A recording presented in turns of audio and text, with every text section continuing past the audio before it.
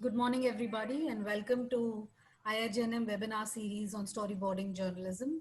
My name is Sangeeta. I'm the Assistant Professor of English at IIJNM. Today's webinar is on protecting investigative reporting. Our speaker is Alumnus Sharad Vyas. He's an independent investigative journalist and lawyer. He brings 15 years of rich experience in researching, writing, and editing content for national and international publications. The webinar will be for 60 minutes. Sharad and I will talk for 40 minutes, and please remember to input your questions and share it with everybody in the chat box. In the last 20 minutes of the webinar, I will call out your names and you can unmute yourself and ask Sharad your questions. Hi Sharad, good morning, how are you doing? Hi Sangeeta, how are you? Hi, I'm good. Do you want to tell us about your experience at IIJNM and what took you to investigative reporting? So let me just set the tone first. We are holding this webinar in the context of how the industry is shaping up currently in the midst of job losses, and it's becoming increasingly difficult to sort of be an investigative journalist, pursue a story, hold on to your job, and so on and so forth. So in my case, I wanted to sort of give you a background of where I come from. I'm a third generation journalist. My father was also a journalist. My grandfather was also a journalist. So I had a pretty clear philosophical view of what I wanted to do, and I came to IIJNM with a lot of clarity. And of course, like I said, I was a third generation journalist, and there's a very beautiful concept in Arabic of asabiya, which talks about the longevity of business as an institution. And it says that a lot of businesses and institutions flounder by the third generation. So I was pretty clear that I was the third generation and the fourth generation, and I had to sort of rebuild my newspaper and my dad's legacy. And with that clarity, I came to IIJNM. I also had the clarity that it is very difficult to be an investigative journalist, having seen my grandfather's paper go through a lot of censorship by the government and by the corporate owners. Let me give you an analogy at this point in time. Doing investigative journalism is not that easy. It's like owning a Bugatti or a Ferrari, which is world's most expensive car. You can't take it out for a drive because there are potholes on the road, on the Indian roads. What are these potholes? These are the laws of speech and expression, which are criminal in nature. If you have it parked in your house, you invite the envy of your neighbors, your own colleagues, and this has been discussed a lot when I go abroad for seminars and training, that setting up an investigative team within your newsroom invites the envy of your own colleagues and teammates. So it's very difficult internally and externally to be an investigative journalist in India. Now, how do you quantify how expensive is investigative journalism? I was in Chicago last year.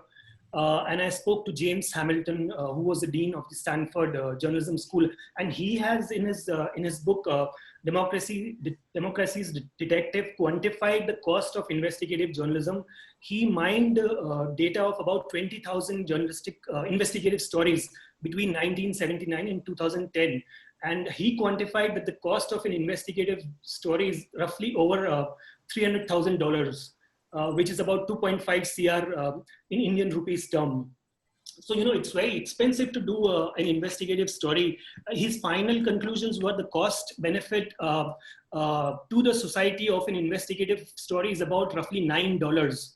But much of that doesn't translate back to newsroom resources. So, once you have done a story which is worth over $300,000, it's difficult to then pull in resources again and do your investigations. So the philosophy is that it's very, very expensive. It's not as glamorous as it looks. It's very expensive to do investigative journalism. Investigative journalism in India happens only in a vacuum. Like I said, if you have a Bugatti, you can't take it out for a drive. So what do? You take it out for a drive when it's nighttime.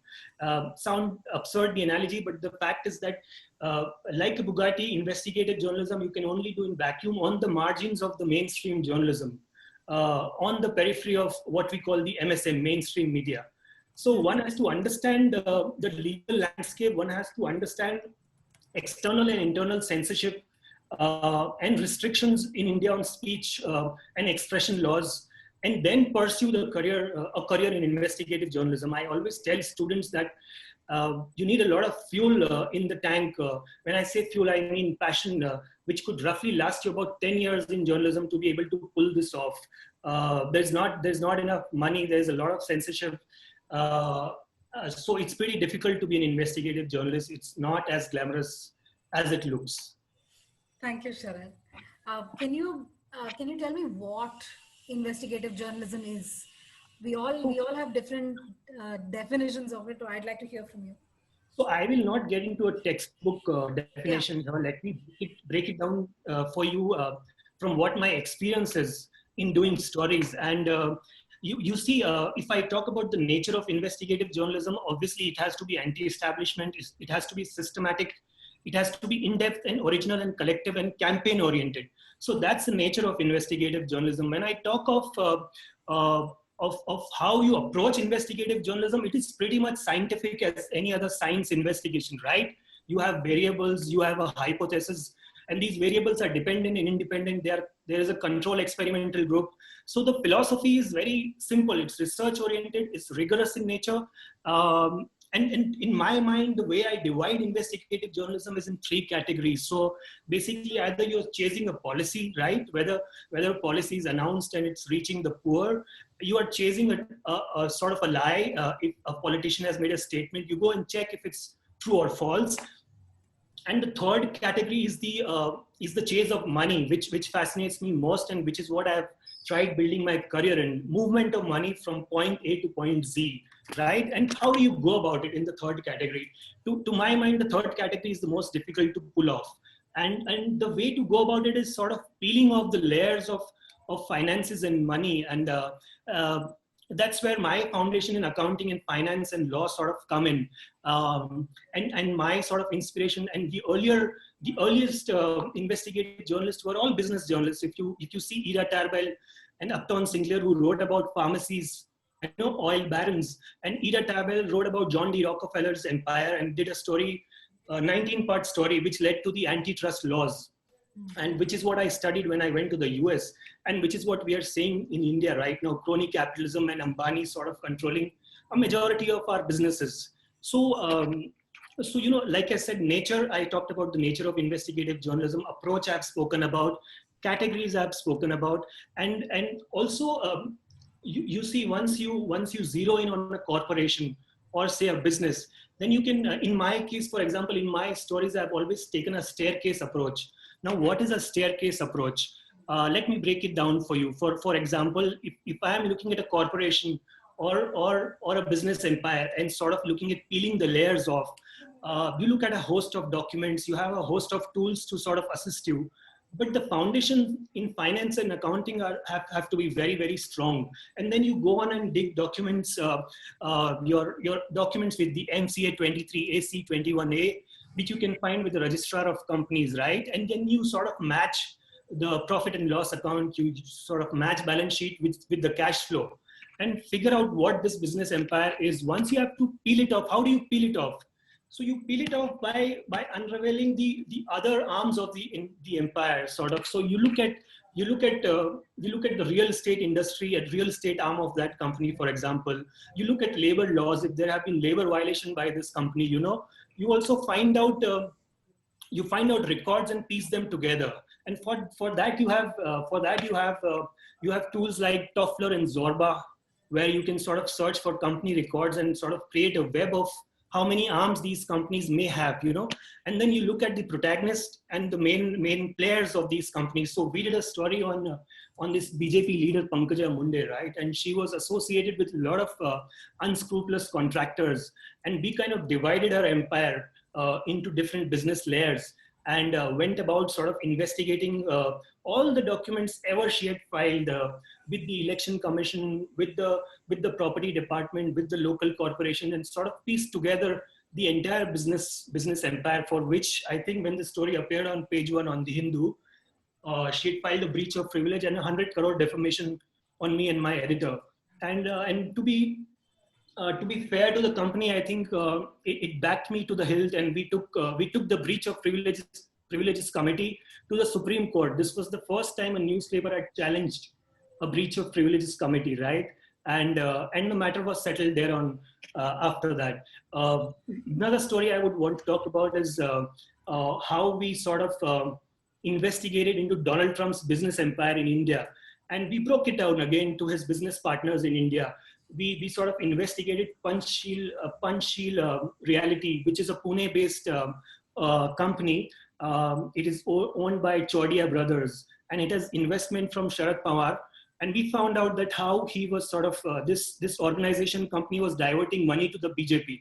Now we also looked at another business partner, Ireo Group in Delhi, which is linked to again a BJP leader, Sudhanshu Mittal. And we found out Trump's business partner and his links to the BJP. This story appeared in the Nation magazine in the US. Unfortunately, the Hindu decided not to carry it because of presentation reasons, and because the picture on the magazine cover had Modi and Trump sort of hugging each other, and then so they were not comfortable with the presentation of the story, so we couldn't carry it. There is the example of internal censorship for you, and the Hindu told me they cannot have their byline on the story, and I decided to carry my own byline. I hired my own lawyer, and I carried my byline on that story because I didn't want to let go of 3 months of my hard work. Right. So in this story, we looked at the RBI records, we looked at the ED records. We also zeroed in on somebody called Mangal Prabhat Lodha, who is a BJP leader in Bombay and very closely associated with Trump. And when we were looking at Mangal Prabhat Lodha's businesses, we also looked at all the projects he would have ever done in Bombay and all the violations, setting up of shell companies in Goregaon, and maybe intimidating tenants to throw them out of their buildings when he wanted to redevelop these old buildings. So, it's about creating this entire empire and finding out loopholes. It could be related to the finances, could be related to property tax, could be related to labor violations. So all in all, it is a lot of shoe leather reporting, right? It's just not taking a camera, hiding it under your shirt. It's not that. It is a lot of hard work. It is a lot of research. And then also comes in the help for consortiums. You have a lot of investigative consortiums out of India. So when we were looking at Lodha and the step down investment he had done in New York in Trump's companies, we were able to pull in help and partnership from a lot of investigative consortiums abroad who leak a lot of data to you. And that's where stories like Panama Paper comes in, and therefore investigative journalism is also collaborative in nature. We have to understand you cannot do investigative journalism on your own. You can never pull off a story if you work solo. So you have to understand it is also very collaborative in nature. It's very rigorous. It's very research oriented, and it costs a lot of money. So it involves a lot of tools. I talked about Zorba. I talked about Toffler. Toffler is a tool you can use which creates automatically web of empires for you of a corporation or a company, right? You just have to click on one sort of a point and it takes you to another point, and so on and so forth. And you can create the entire empire. So, and this is what has always fascinated me. One thing I wanted to highlight here is that I've kept my trajectory in investigative journalism very, very linear. So if I decided I wanted to track finance, I have made sure I've studied finance a lot.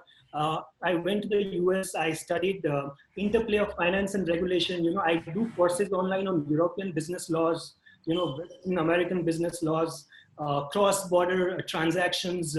I was last month, because of COVID, I couldn't go going to Philippines for a 6-part course on offshore funding of companies.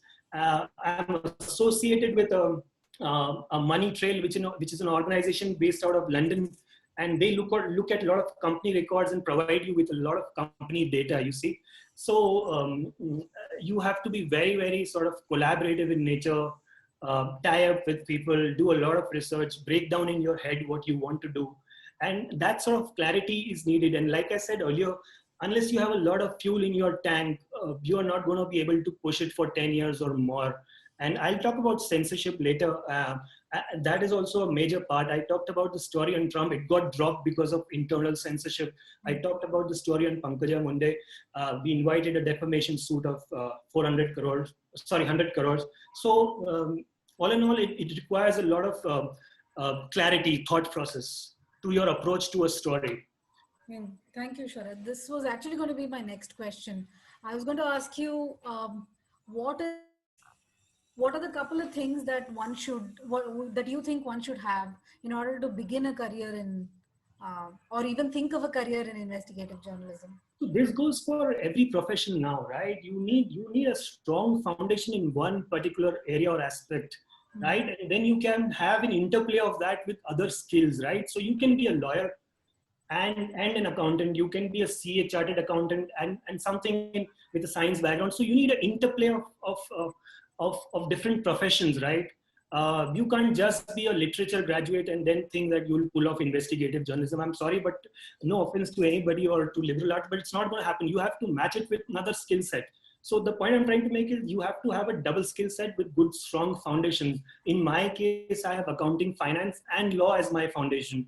So I think some of the skills that I would say is definitely knowledge of Indian legal system. Without that, you cannot move forward. And the reason for that is you have to understand our constitutional framework. You see, in 19(1)(a) and 19(1)(b), we get freedom of speech and expression, but it's not like the First Amendment of America, which is explicitly stating freedom of press, and we have reasonable restrictions on our speech and expression. And one has to understand, when I say vacuum, what I mean is that most of our legal landscape is criminal in nature, most of our laws. So I will come to that. So I think legal knowledge is a prerequisite. If you're not a lawyer, you cannot be an investigative journalist. For a simple reason that the organizations are not going to back you up. I have in most of my cases drafted my own affidavit, and it comes with a lot of passion. So when I was served 100 crore defamation, the defamation notice was 23 pages.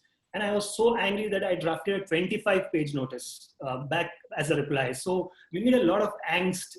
You need a lot of legal knowledge to be able to pull this off. I'll come to the legal sort of landscape that one has to navigate to be able to pull this off. Yeah, we can talk about that now. What do you want to highlight the legal landscape? Yeah, so like I was talking about 19(1)(a) and 19(2), these are our articles which provide you freedom of speech and expression, but it does not explicitly provide you with freedom of the press. So there's no freedom of the press per se in India, right? Whereas in the US, the First Amendment was introduced with right to freedom of speech. Our First Amendment instead was introduced with additional restrictions to the right to free speech. So one has to understand this. That is the bottom line. So you can't say you have absolute freedom. You go out and do any story, write whatever you want. It's not going to happen. And then let me talk to you about a number of laws that you have to sort of be aware of.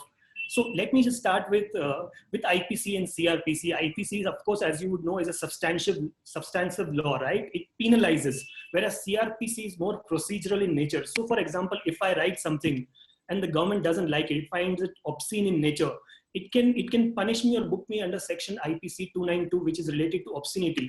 So that is substantive law, right? The procedure of that is defined in CRPC in section 95. So all the books are found obscene, punished under IPC 292. They are confiscated under CRPC 95. So you have to understand this interplay of CRPC, IPC, and legal landscape. Why I tell you this is because I'll give you an example. In the case of the Pankaja Monday story, I wanted to find out about her business empire. So I went to Pune. I went to one of her offices, right? And now at this point in time, I was aware that there is a section called IPC 441. What is that related to? Trespass. What is trespass? Trespass is a civil wrong, right? But when you impersonate, when you say I will come into your property, but I am not Sharad Vyas, then it becomes criminal in nature. So what I did, I did not impersonate my name. I didn't say I was Tom, Dick, and Harry. I said I am Sharad Vyas and this is my address. So it remained civil in nature. And ultimately, when the story came out, she filed a defamation. She also booked me for trespass, but it remained trespass in the nature of civil, not in criminal. When trespass becomes criminal, it invites 3 years of jail term, or something to that effect, I think. So I had a fair idea of what I wanted to do when I was getting into sort of her office to ask her tough questions. Maybe I didn't find her. I found her management or a staff there, but I didn't impersonate my identity, right? Because I had a prior knowledge of IPC 441. And therefore, so you have to be aware. So let me run you through some of the laws. So you have, first off, you have IPC 499, 500, 501, which is related to defamation, right? These are again criminal in nature. all across the world, criminal defamation has been done away with, not in India. Not in India. Like I said, trespass, again, criminal in nature in India, IPC 441, not across the world. It's all civil. You get into someone's property, you won't go to jail necessarily. So then you have IPC 124, which is related to sedition. And then of course, now we are seeing this new phenomenon, contempt of court, Act 1971. You've seen activist Prashant Bhushan, who's been hauled up by Supreme Court. Why? Because he just tweeted certain tweets in effect to criticizing the highest authority, and he has been booked to contempt to court. One of the stories we did on documents based on aviation authorities, and we wanted to look at 5 most sensitive airports in India and see, how safe they are. And why I'm talking about this story, because I want to talk about Official Secrets Act 1923. It's one of the most draconian anti-espionage laws in India. And one of my colleagues, Poonam Agrawal, I think from the Quint, was in 2017 booked under this act. What was the story she was trying to pursue? Very simple human rights story. She went to a army camp at Nasik. She interviewed a soldier called Roy Matthews, because Roy Matthews was talking about a human right violation in this army camp, right? The moment she interviewed and the story went online, Roy Matthews committed suicide next day. Poonam Agrawal was booked under the Official Secrets Act 1923, both for abetment of suicide, for trespass, and the OSA. And OSA is a draconian act. And what was her fault? She was just doing a very, very simple story. So in the case of this story on 5 most sensitive airports in India we were pursuing, I was doing this for Midday, where I was the investigations editor. And I think we couldn't find a lawyer who could run the story, who could run through the story and tell me if it's violative of the OSA. And it was a nightmare for me to sort of go around 2 months finding a lawyer in Bombay, because the organization didn't have that expertise either. And eventually we decided to run the story. I had to do a lot of groundwork. So OSA is also one act that one has to be mindful of, because any document that you pick up from a government office, now it's very easy. You might go on a reporting trip from the IIJNM, you go to a government office, you pick up a document, you just cannot circulate it on WhatsApp, and you just cannot make it public on your own, because every document is sort of confidential, so to speak, and can be covered under the Official Secrets Act. So that's OSA for you. And I talked about 499 defamation, 124 law of sedition, IPC 441 trespass, CRPC 95 where you can ban books, contempt of court we have spoken about, Official Secrets Act, right? There was IT Act section 66A, which has been read down or sort of cancelled off by the court now, but that could also send you to jail for a mere small tweet, right? And then there's Code of Parliamentary Privileges. And I spoke about the breach of privilege that I was facing from this BJP leader, and she'd also filed a defamation. So this Code of Parliamentary Privileges, it runs parallel to the defamation suits she had filed. And what did she do? She had the entire freedom to go on the floor of the House and talk about everything, all the allegations against her of sort of consuming alcohol or whatever she thought was sort of sexist in nature from the general public in the gossip press. She sort of clubbed it together with the defamation suit and brought it up and gave a speech against me and my editor in the assembly, state assembly. And so it gives her absolute right to sort of club all of her trauma together that may not have necessarily been caused by my story and club it with her defamation and so on and so forth. And she has the power to sort of haul me up. So the Speaker of the Assembly can call me and tell me that, you can be put behind the bars without any sort of trial or nothing for a day or two, whatever he wishes to be. And finally, we had to settle it behind closed doors. And the Speaker said, the court has said we should mediate. You should drop the story any further. We won't pull you up. It won't be embarrassment for anybody, and either parties can go home happy. And I had to sort of stop the story there. We did a 3-part story, but we didn't take it further from there. So overall, like I was saying, most of these stories, you need a lot of legal knowledge. You need very strong foundations in your core competence skill set like I said, mine is finance and accounting. So I was able to pull off these stories. I collaborate a lot with international journalists for cross-border investigations. I train a lot in money laundering, in offshore funding. So I have made it my passion and my sort of forte. So, like I was saying earlier, you need a linear trajectory, clarity to be sort of building this year after year. And unless you are doing it, you just cannot step out of the college and think you can pull off a story like this. Because you also need experience in multiple beats, right? Right. So experience of multiple beats, knowledge of the legal landscape, and then your own skill sets. Then I talked about the tools, right? All of these come together at a certain moment in your life.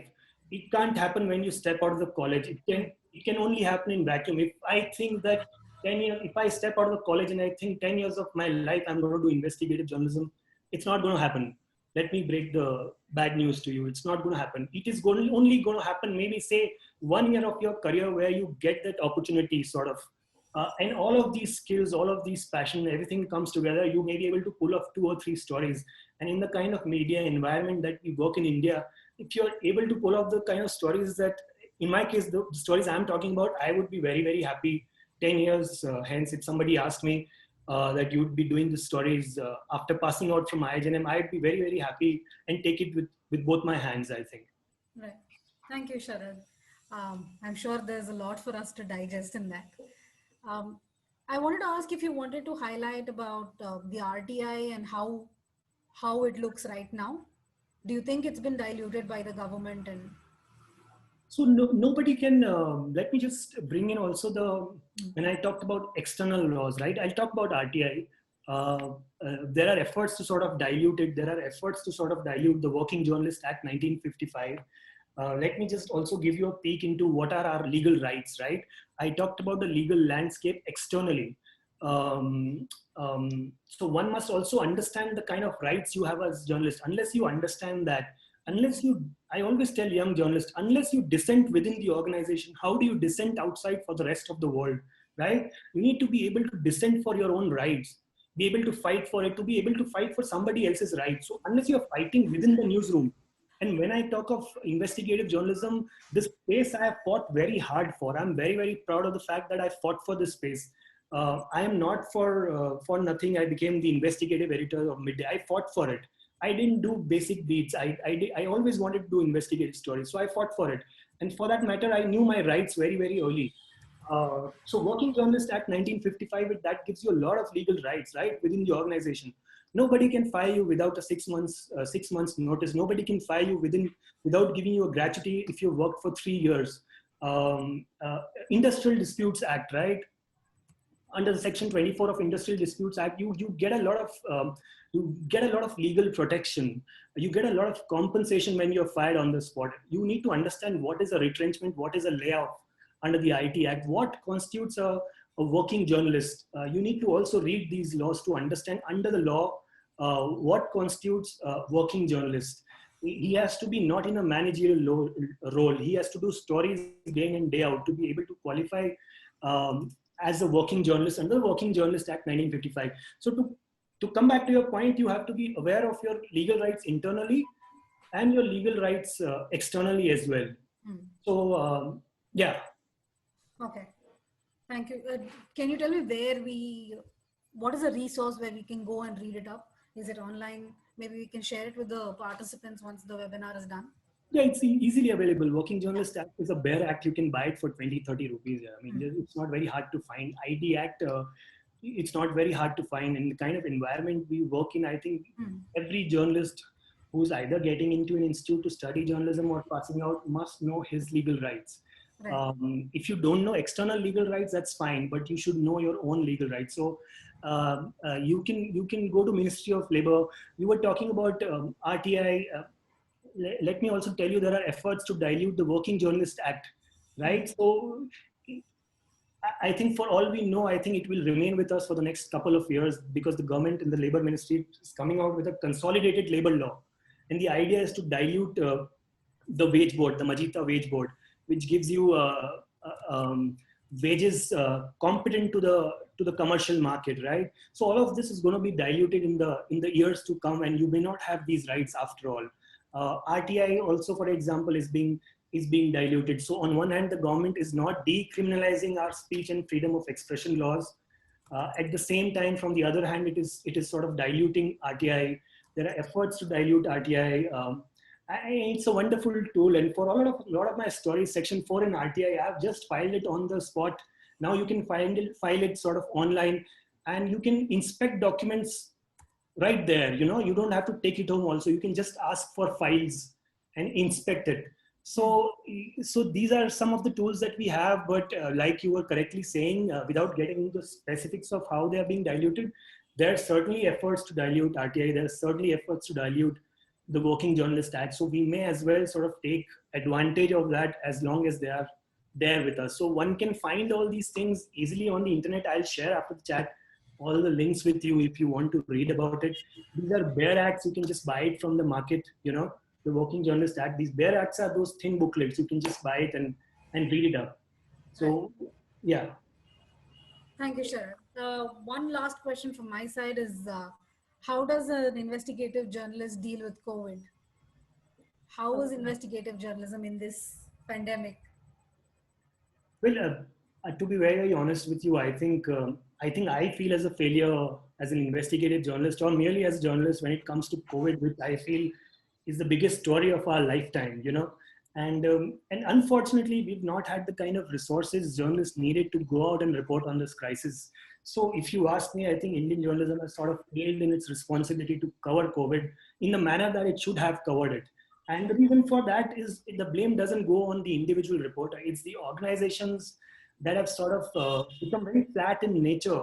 And I just come to another point here. When we talk of, we had Me Too in India, we had Me Too movement world over, and a lot of women in my newsroom were talking about allegations against men they would have sort of interacted with. My understanding of that always as a journalist was very logical. It was a result of the structural collapse of the newsrooms in India. And the simple reason for that is, see, we had a lot of allegations against MJ Akbar, right? And who were these women who were making these allegations? These were all interns.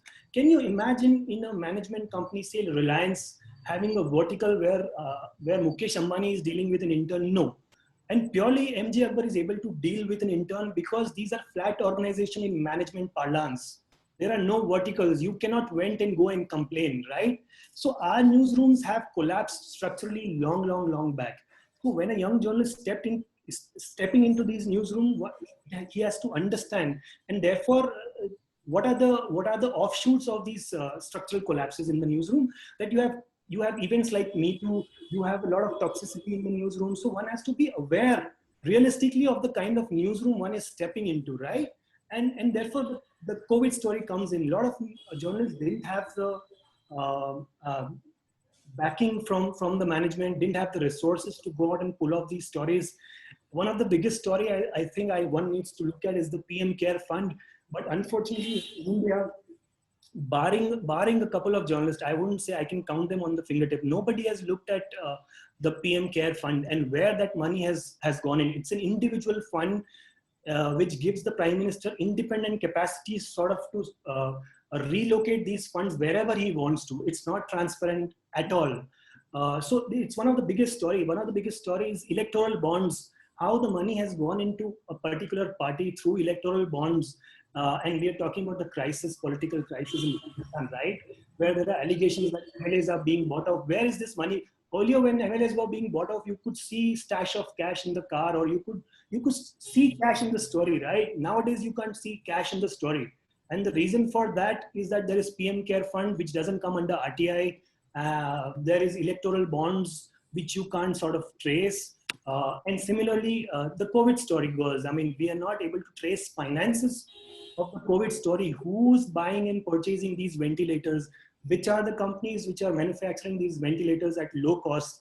Are these Chinese in background or Indian companies? So I feel personally, I don't know about others, I feel I have missed out on a great opportunity. I would have loved to sort of go out and cover the story. What stops me, of course, are resources. Hmm.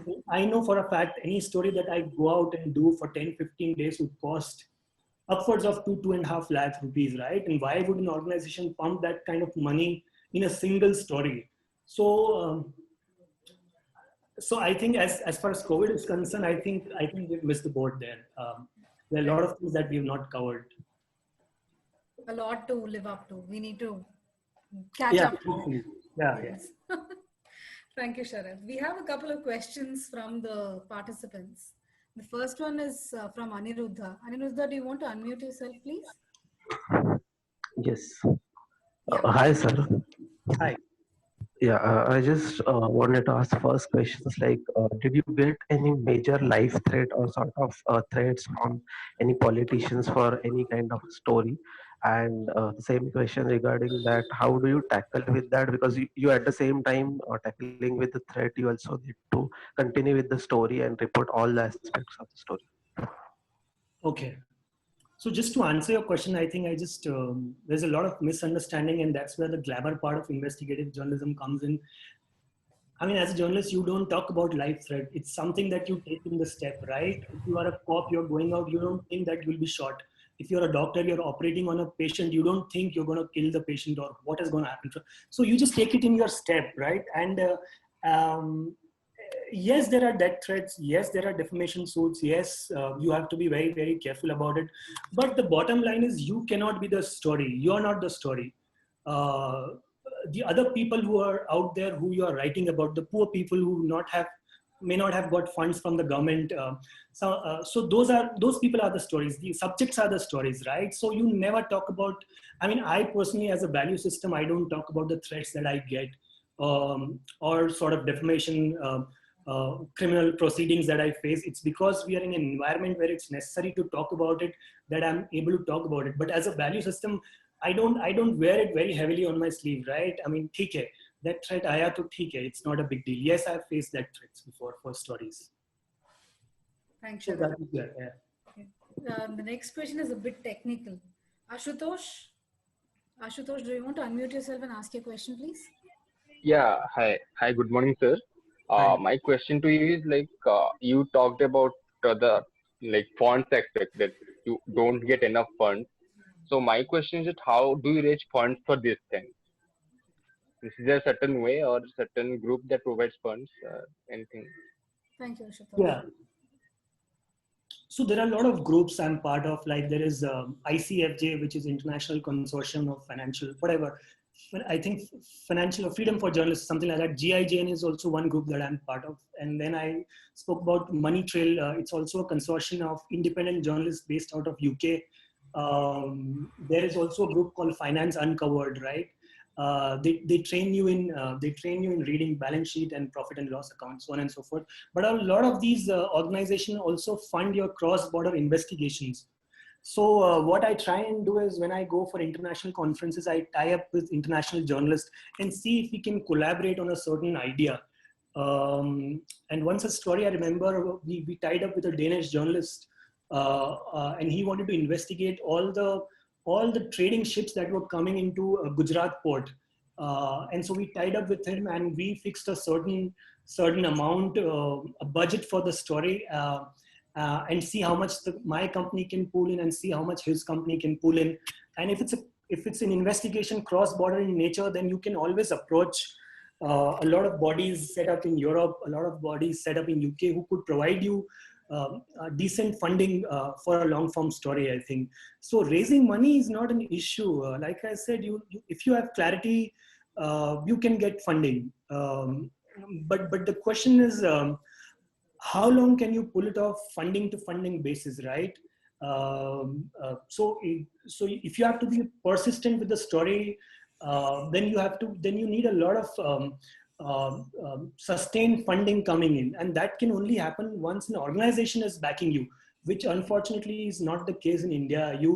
We barely have any platform. Even if you talk of digital story platforms like Wire, Scroll, I don't think they have the kind of money. Every time I've gone to them and spoken about like my salary, the kind of work I do, a lot of editors have got sort of scared of, because they want to write about policy and politics, not the movement of money. They don't want to touch the big empires, the big businesses.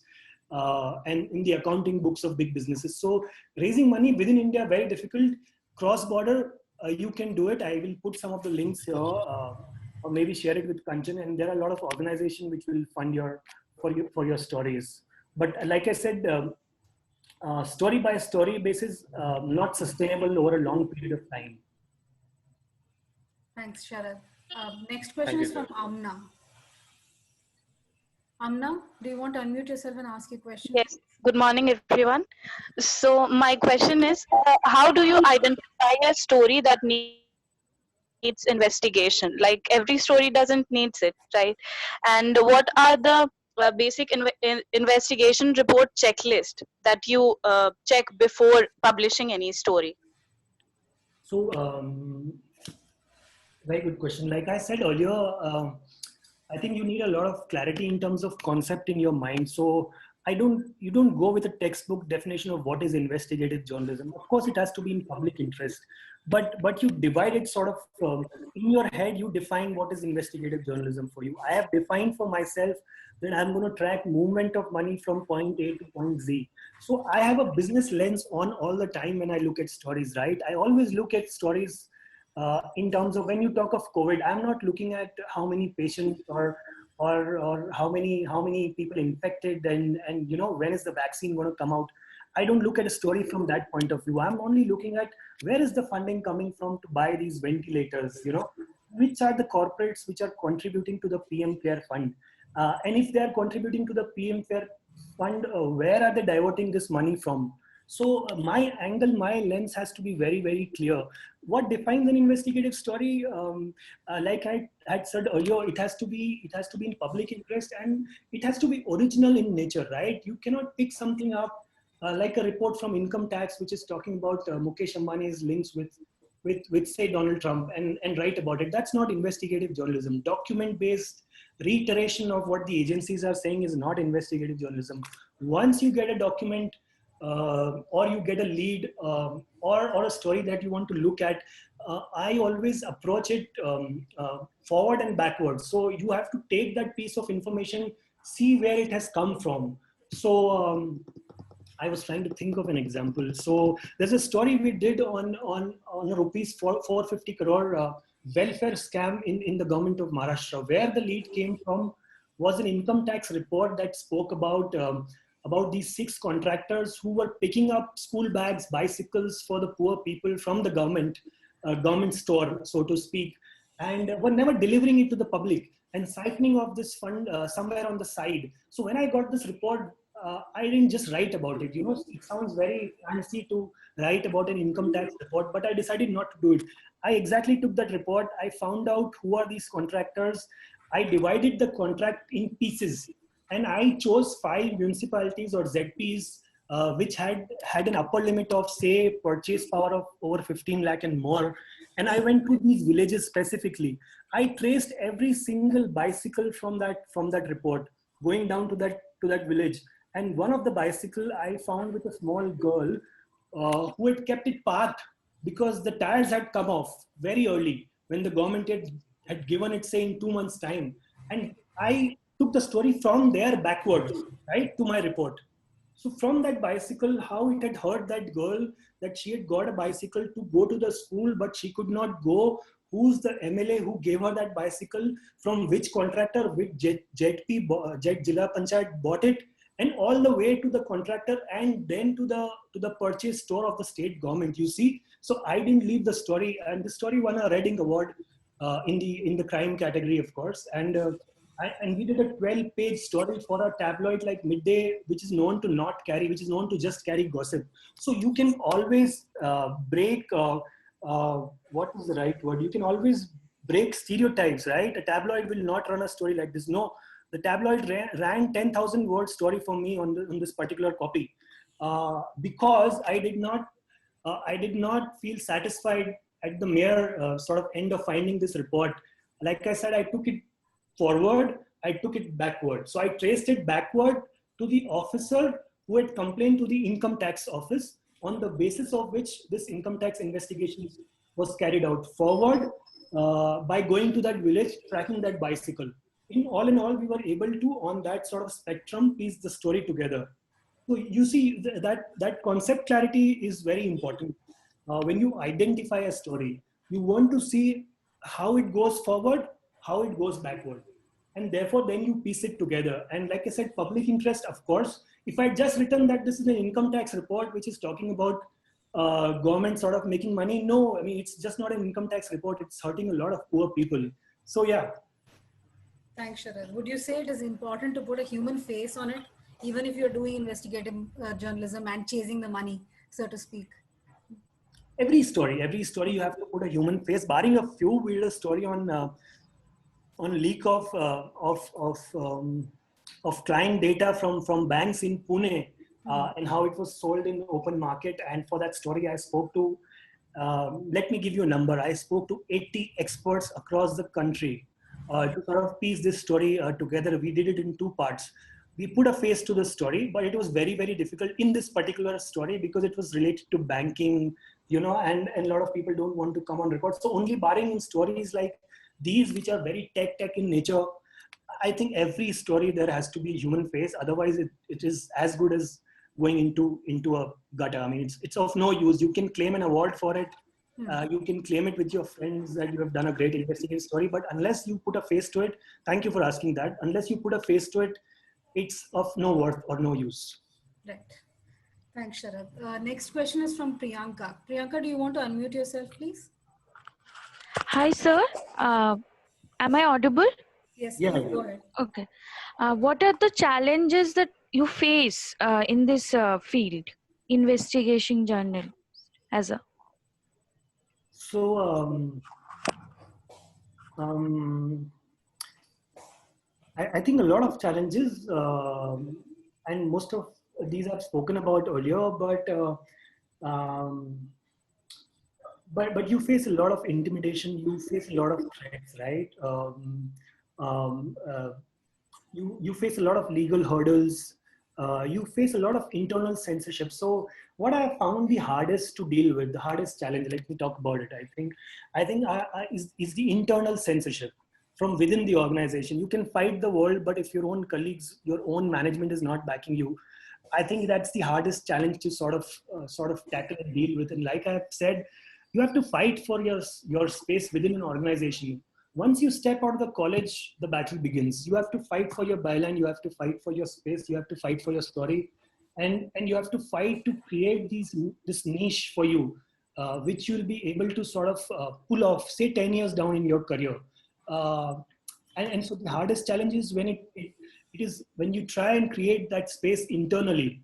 Like I gave you the example of Bugatti. Now the Bugatti is parked in your backyard, but it invites the envy of your neighbors, which are your colleagues, because why? They are doing regular stories, but you are the one who is getting the most glamour. You are the one who's getting the most amount of funding, most amount of recognition, because investigative journalism is that in nature. But on the other hand, you invite the envy of your own colleagues, and also a lot of restrictions from within the management whose interest you might be hurting, right? So story, and I spoke about this in IIJNM. I did in Times of India about a developer, a builder, who was pulling off a project, a 42-story project, and I was looking into a lot of violation in this project, and I was a young reporter, and I didn't know what I was getting into, and I just thought it's a good story to do because of 42-story tower and heart of Bombay, and so it'll be sort of easy for me to pull off, going by the skill set that I have. I mean, I just have to look at the background of the builder, the building violations, money, and so on and so forth. But I didn't know one of my editors owned apartment in that building, right? I didn't know, for the life of me, I didn't know for a long time why that story wasn't going. And at some point, the builder came to my office and he opened a checkbook, and I think I will name the builder. And then his IPO was coming out. He was also involved in 2G scam. So he opened a checkbook. He said, fill in whatever you want to. And I found it pretty ridiculous. And my editor came down and he said, and he made the builder sit in front of me, and he said, now let's discuss what are the loopholes in the story. And like I said, I found the entire scenario very absurd. For the life of me, I didn't know that he had an apartment in that building which was stuck for the 10 years. And if the story came out, it would be stuck for next 5 years. And I spoke about this example when I was at IIJNM 5 years back as well. So where is the challenge here? The challenge is within the organization, from my own editor. So when your own people try and pull you down, I think it's the hardest thing to deal with. And you have to be very realistic about investigative journalism. You are going to be pulled down from a lot of corners. Unless you have thick skin, unless you know yourself well as a person, as a human being, as a journalist, as a lawyer, as an accountant, you will not be able to face these challenges.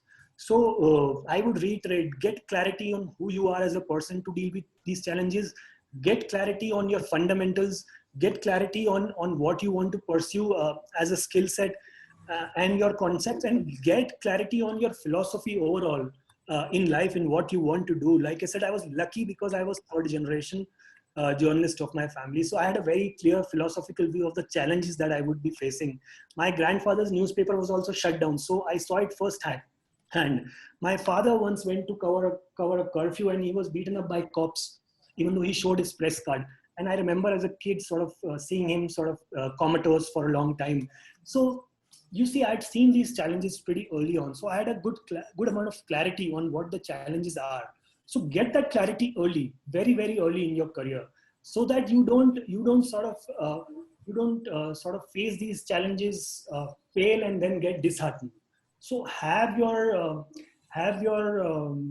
armory sort of prepared, ready to go into battle, is what I would say, to face these challenges. Thank you, Sharad. I think we can end our Q&A session with Sindhu's question. Sindhu, do you want to unmute yourself and ask, please? Good morning, sir. So, my question is, like you spoke about dilution in RTI laws and Working Journalists Act. So, similarly, because of a change in the leadership in the state or central government, have you faced any other hurdles throughout your career as an investigative journalist? Which state leadership you mean? Can you just clarify on that? You mean? I mean, like from 2014, there has been a different government. Before that, there was a different government. So, were there any conspicuous changes that you came across and that affected you and your job as a journalist? See, I'm old school in that manner. So I still feel, and there are a lot of essays have been written about the death of objectivity and being neutral. And a lot of people say that you don't have to be neutral in today's world. You have to take a stand, and you can't be neutral in certain matters like race, religion, and so on, gender issues, and so on and so forth. So I am sort of in tune with that, but I also believe I'm old school. I also believe external environment is not in my control, right? So I don't think in every story I have to write Narendra Modi government did this. I don't think like that as a journalist. I think my job is to get the story out. My job is not to control the external environment. I don't have to be bothered about why the BJP has come into power and whether it's become a majoritarian force, and if RTI is being diluted. I mean, these are factors that are not in my control, right? So the best advice that I got from one of my mentors and teachers at IIJNM, Krishna Prasad, I think he was the editor of Outlook, sacked because he did a story on RSS and now writes from Mysore, a very nice blog called Churmuri, I think. And one of the fine advice once I wrote an email to him after I passed out, and I said, I face a lot of these hurdle challenges, government in power, state government, central government, BJP, Congress, my colleagues. He said that, you just have to, for a good journalist to last long in this profession, there's a long race. Focus only on factors that you can control. The story that you want to pursue, right? Which doesn't mean you don't have to agitate about what we are seeing in the country, the persecution of minority. Of course, I feel strongly about it. But do I take agenda and go out and protest? No, I wouldn't do it, because I would want my story to speak. And that's the foundation that IIJNM gave me, and I'm very happy about it. And I'm not saying it because I'm on this webinar. I think I can give you a very clear feedback on that from a lot of editors who've hired students from IIJNM, because there is a very clear mix of ideology, activism, and journalism. And you need this balance. You need to be able to know that what is the factor that's affecting you when. So if I sit in a newsroom and I want to tweet about Narendra Modi and BJP in 2014, do I want to invest my time in that? Can I change that? No, I can't change that. What can I change? I can change a regulation and law by writing a good story. I can make an impact by sort of pursuing a good investigation. So I wouldn't want to dwell on the fact that the point that you brought up, changes. Yes, of course, there have been changes in the external environment. but I want to devote, say, 30% of my time to that. I want to tweet for like 1 hour in a day, maybe fine, voice my opinion because it's become necessary now. But I don't want to dwell as a value system. And it has worked for me. So I'm not just talking about it because this is my value system. I think it has worked for me, that I've devoted most of my time to the internal factors that I can control. My skill set, my training, my education, not to BJP 2014, what's happening outside. Of course, you do that, you voice your opinion, and certainly you're aware. So the conscious awareness is there. There is persecution of minority. I will never deny it. I'm not denying it. I'm not denying there is majoritarian rule in the government, in this country. I will not deny the fact that environment and things have changed post 2014. I see that a lot happening in Delhi when I go to my colleagues who are complaining that their phone is being tapped. And I say to that, what is the big deal if your phone is being tapped, man? I mean, everyone's phone can be tapped. What am I talking about? I'm talking about story. You want to tap my phone, tap. But of course, I am also talking on Signal, which is an encrypted app to talk to my sources, not only on WhatsApp. Forget WhatsApp. I've given up WhatsApp long back. I speak people to only on Signal, and which I adopted as a technology long back, 6 years back. So while I'm aware of the external environment, BJP, what's happening, I'm very focused on how I want to train. Even now in this COVID, I've done a couple of online courses, which I wanted to do to build my skill set. I could have just sat and tweeted about 2014 and Ayodhya and Ram Mandir, right? Well, I feel strongly, but I want my story to talk about it. So let external environment factors be where they are. They are not in your control. They will be there until 2024, 2030, you don't know. So those cannot be reflective of your stories, your biases, your predispositions, right? When you're writing. So focus on internal factors. External factors can take care of themselves. And you can voice them on a right platform when you have to, while being aware of them subconsciously. Thank you, Sharad. The webinar has been extremely illuminating. Thank you for telling us that investigative journalism happens in the periphery and vacuum, and for giving us a hint of the tools that we need to amass to even think of a career in investigative journalism. It was extremely illuminating. Thank you for everybody for attending the webinar and asking such brilliant questions. Before we exit, I want to tell you about the next webinar, which will be on entertainment journalism. It will be conducted by our alumna Manjusha Radhakrishnan, who is a journalist at Gulf News based out of Dubai. Thank you, everybody. I'll see you at the next webinar. See you, Sharad. Thank you. Bye. Thank you so much.